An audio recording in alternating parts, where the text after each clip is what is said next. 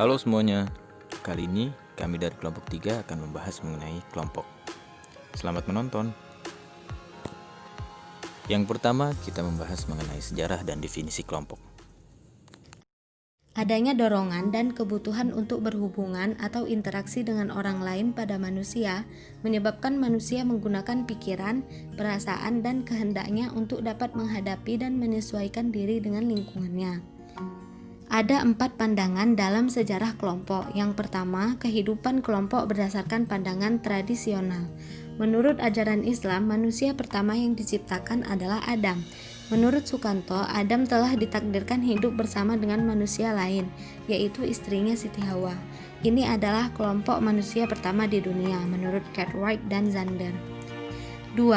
Dari sudut pandang evolusi dan biologi. Ada 2 langkah bagaimana manusia menjadi hidup berkelompok, yaitu yang pertama, di saat primata telah meninggalkan cara mencari makan sendiri menjadi bersatu dengan kelompok. Yang kedua, di saat primata mulai membentuk kelompok-kelompok kecil yang lebih stabil, seperti pasangan laki-laki dan perempuan untuk mendapatkan keturunan. Yang ketiga, selama periode Paleo-Indian. Dimulai sekitar 13.500 tahun yang lalu, manusia hidup dengan berkelompok kecil, nomaden dengan berburu. 4. Kehidupan kelompok berdasarkan pandangan modern. Anggota di dalam kelompok tersebut didasarkan dengan asumsi dari sifat manusia dan terikat dengan struktur masyarakat yang ada. Bisa berupa rasa harga diri, hasrat untuk patuh, hasrat meniru, hasrat bergaul, hasrat tolong-menolong dan bersimpati, hasrat berjuang, dan sikap-sikap lainnya. Definisi kelompok. Menurut DeVito 2002, mendefinisikan kelompok sebagai kumpulan perorangan yang relatif kecil yang masing-masing dihubungkan oleh beberapa tujuan yang sama dan mempunyai derajat organisasi tertentu di antara mereka. Menurut BB dan Masterson tahun 2003, mendefinisikan kelompok kecil sebagai suatu kelompok yang memungkinkan berlangsungnya proses komunikasi tatap muka di antara orang-orang yang memiliki tujuan bersama, orang-orang yang berasa menjadi bagian kelompok, dan orang-orang yang di dalamnya saling mempengaruhi satu dengan lainnya. Selanjutnya adalah jenis-jenis kelompok. Beberapa jenis kelompok sesuai dengan karakteristik yang menyertainya. Yang pertama, atas dasar ukuran kelompok. Ditinjau dari besaran jumlah anggota, maka dikenal 2 jenis kelompok, yaitu kelompok kecil atau small group dan kelompok besar atau large group. Menurut Hari, pada tahun 1962, suatu kelompok dapat digolongkan ke dalam bentuk kelompok kecil apabila ukurannya mulai dari 2 orang sampai dengan 20 orang. Sedangkan kelompok besar atau large group yang bercirikan ukuran anggota kelompok di atas 20 orang sampai dengan 30 orang. Yang kedua, atas dasar struktur kelompok.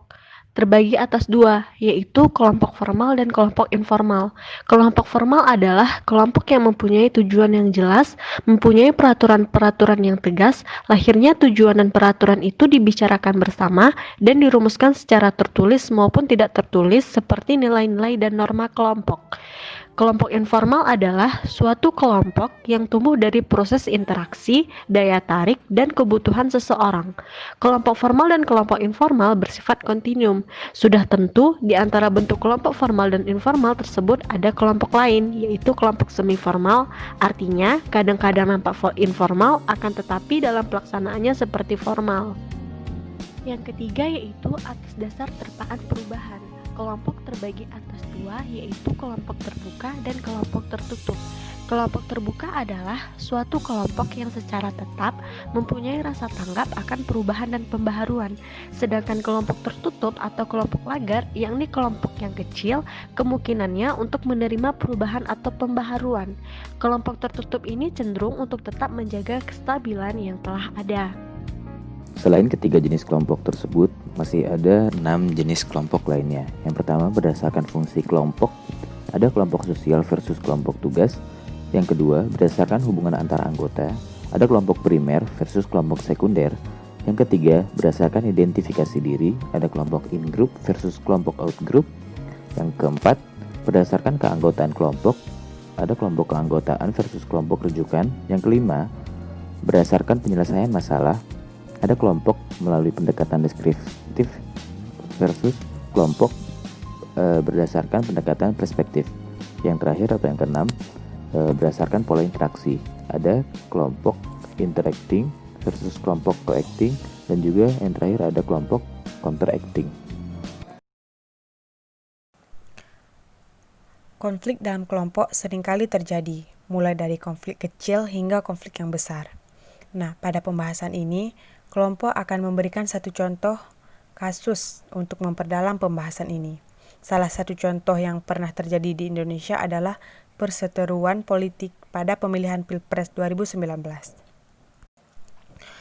Konstelasi politik menjelang Pilpres 2019 antara Jokowi dan Prabowo Subianto diprediksi akan kembali terulang. Rivalitas kedua pendukung dapat dilihat dari perang komen di media sosial, perang hashtag, dan penggunaan atribut sebagai ajang mendukung calon masing-masing. Panas politik ini kian berlanjut ketika hasil quick count atau hitung cepat menunjukkan bahwa paslon nomor urut 1 Jokowi Ma'ruf Amin mendapatkan kemenangan sementara. Namun, kondisi ini tidak serta-merta diterima oleh kubu penantang. Klaim kemenangan kubu nomor urut 2 pun akhirnya tidak terhindarkan. Contoh di atas merupakan contoh kelompok sekunder, merupakan kelompok besar yang terdiri dari banyak orang. Hubungannya bersifat impersonal, segmentasi dan didasarkan pada asas manfaat. Terkesan sebagai kelompok-kelompok yang kurang akrab, agak sementara umumnya, dan kurang langsung hubungan antara orang-orang dalam kelompok tersebut. Bukan keakraban, tetapi waktu yang sepintas lalu yang menjadi ciri utama dari kelompok sekunder.